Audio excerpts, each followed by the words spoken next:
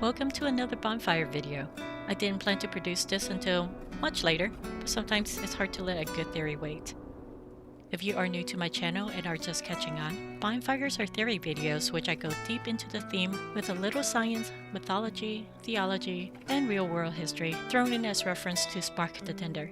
This is an exceptionally long theory that I had to split into 4 segments to give each subtopic enough time to unravel. Because I migrated from the PS4 to the PC, I had to start Dragon Age Inquisition from the very beginning, and this simply can't wait. The footage that you'll be seeing wouldn't have been possible without the help of White Wolf of the Wills, Girl Tries Games, and Nestoria, so this segment is dedicated to them. And just a little reminder to sub my channel because you'll get notified when a new segment comes out. Now let us jump right into this video in my 4-part series on Pride and the Executors. We were first introduced to the Executors as those across the sea through a war table quest that had us find out who is behind the markings at Inquisition outposts. It's been 6 years since Dragon Age Inquisition that the Executors reappeared in a series of stories and concept arts that provided us a better picture of who they are and what role they'll play in the next installment of the franchise. So why am I associating the Executors with Pride? We will have to go to the Forbidden Oasis for some clues. The Forbidden Oasis sits out in the middle of a desert to the southwest of the western approach. Within the oasis are a few interesting landmarks. The main feature is the Temple of Solasan, translated as a prideful place.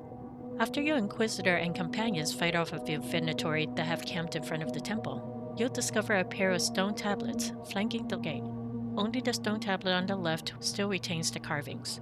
In this first part of the 4-part series, I'm going to dive deep into the topic of transmutation. Most of the space on the tablet is occupied by a large sphere. In my Grim Anatomy video, I spoke a little bit about transmutation circles, like the one on the burnt pages of the Unknown Book. I dug a little bit into the history of alchemy, not the Full Metal Alchemy's interpretation, but the archaic alchemy during the medieval period. The primary mission was to change one form or substance into another, and finding the elixir of life. These glyphs, called the Transmutation Circles, are designed according to its purpose and use, to ensure that the alchemic process produces the correct outcome. There are a few fundamental principles to the design of the circle that I've shorthanded. The inner circle acts as a containment field or conduit, which focuses and dictates the flow of power. The outer ring is a holding brace, primarily for stabilizing the conduit and its protection. Inside the inner circle are alchemic runes or symbols that correspond to the various forms of energy. Script around the edge of the inner circle can either be non-spoken incantation, instructions, or a misdirection to hide the true elements being used or the objective of the process itself. Because most of the Imperium's understanding of magic was appropriated from the elves, I don't think my assumption is too far-fetched to say that the ancient elves had their own form of glyphs to transmute objects or substance, such as these examples I found in the cave in the Bastion of the Pure, and in the Fade where we find Mythal and Morrigan's child, Kieran. One of the most recognizable symbols is the small triangle with its apex pointing down. An inverted triangle is a symbol for water in medieval alchemy. Water is frequently viewed as a source of life itself in countless creation myths in which life emerges from primordial waters. The inverted triangle also represents feminine energy, as well as a cup or chalice.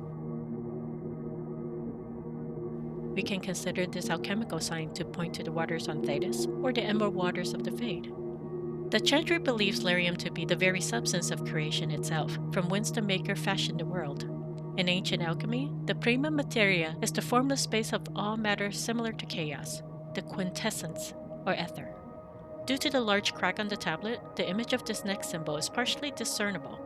There are a couple of elements in the alchemy code of codes that take the shape of an orb. It's a little hard to see at first, but right beside the fracture of the tablet, there is a fine hairline, carved from the wall of the inner circle through the center of the spherical rune.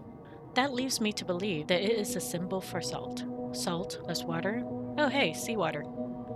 As mentioned earlier, the script carved around the inner circle could either be an incantation, instructions, or a misdirection. Within the script is an X and 2 lines. Is the X above 2 parallel lines, or is it the X beside 2 vertical lines? Is it part of a numerical system?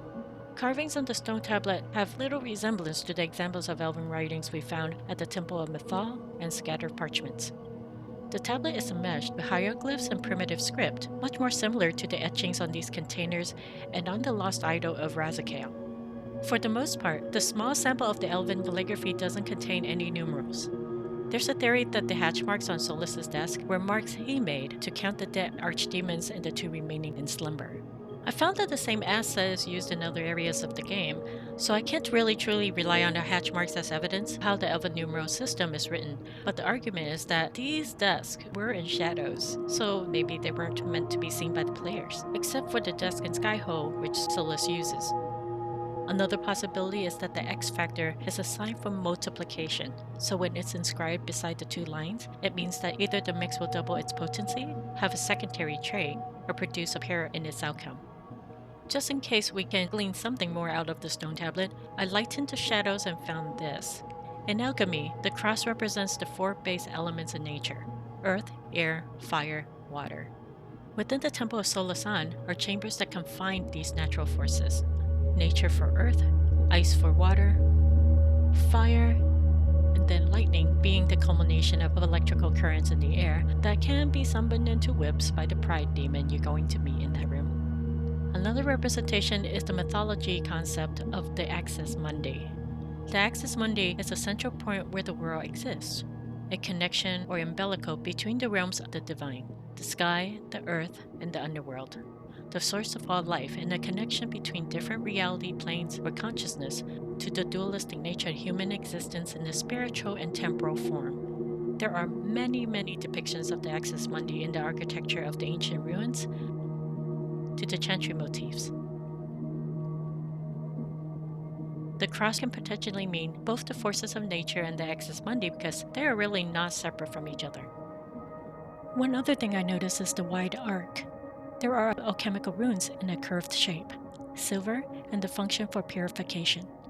Silver is a superconductor for heat and energy, and just like gold, silver can be shaped and purified. In a spiritual interpretation, silver is believed to be a mirror to the soul, helping us to see ourselves as others see us. Relating silver to Dragon Age, the lustrous white-blue silverite has long been prized by the dwarves for use in jewelry, rune making, and weaponsmithing.